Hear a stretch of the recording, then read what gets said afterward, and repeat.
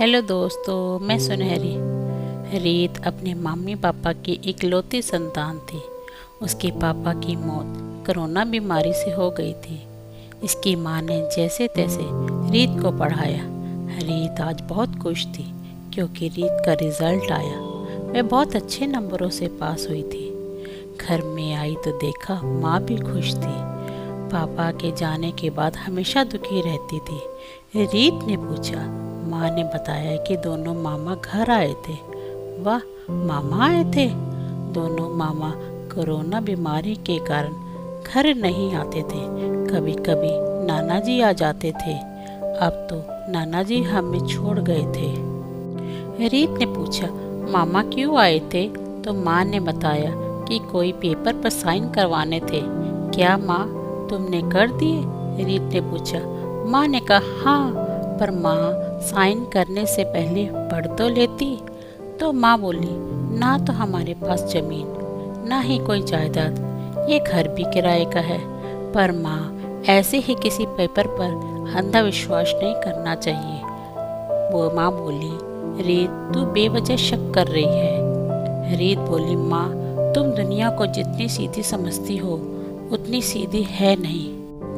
अब थोड़े दिन बाद मामा जब राखी पर आए तो रीत ने मामा से पूछा, उस दिन आप माँ से किस पेपर पर साइन करवाने आए थे? तो मामा बोले, दीदी रीत बहुत सयानी हो गई।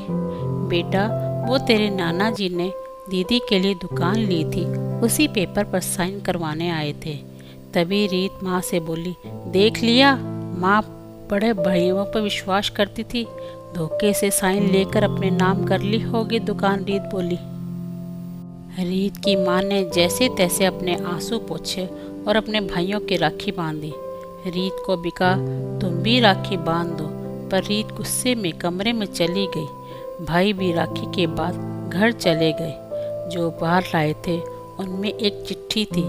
जब रीत ने चिट्ठी पढ़ी, उसमें लिखा था, पापा ने जो दुकान दीदी के लिए ली थी उसमें हमने ऊपर घर बनवा दिया है और नीचे दुकान में तुम अपनी सिलाई मशीन का काम कर लेना। तुम्हारे मकान का किराया भी बचेगा और सिलाई के ऑर्डर हम दिलवाते रहेंगे। वैसे भी माँ के जाने के बाद दीदी ने हमें माँ की कमी कभी नहीं होने दी। वैसे भी तुम्हारे सिवा हमारा है कौन? चिट्ठी पढ़ हम दोनों माँ बेटी रो रही थी। रीत की माँ बोली, देखा तू, वैसे ही शक करी थी। मुझे इतना मान देते हैं तेरे मामा, पर ऐसे नहीं पता कि दोनों ने बाप बनकर हमारे सिर पर हाथ रखा है। रीत बोली, सच में मुझसे बहुत बड़ी गलती हो गई आज।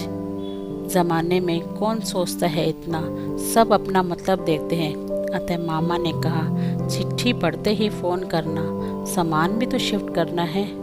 दोनों ने खुश होकर राखी के उपहार खोले और अपने नए घर की तैयारी में लग गई। दोस्तों, कहानी कैसी लगी? अच्छी लगी तो इसे लाइक कीजिए, शेयर कीजिए और मेरे चैनल को सब्सक्राइब कीजिए। धन्यवाद।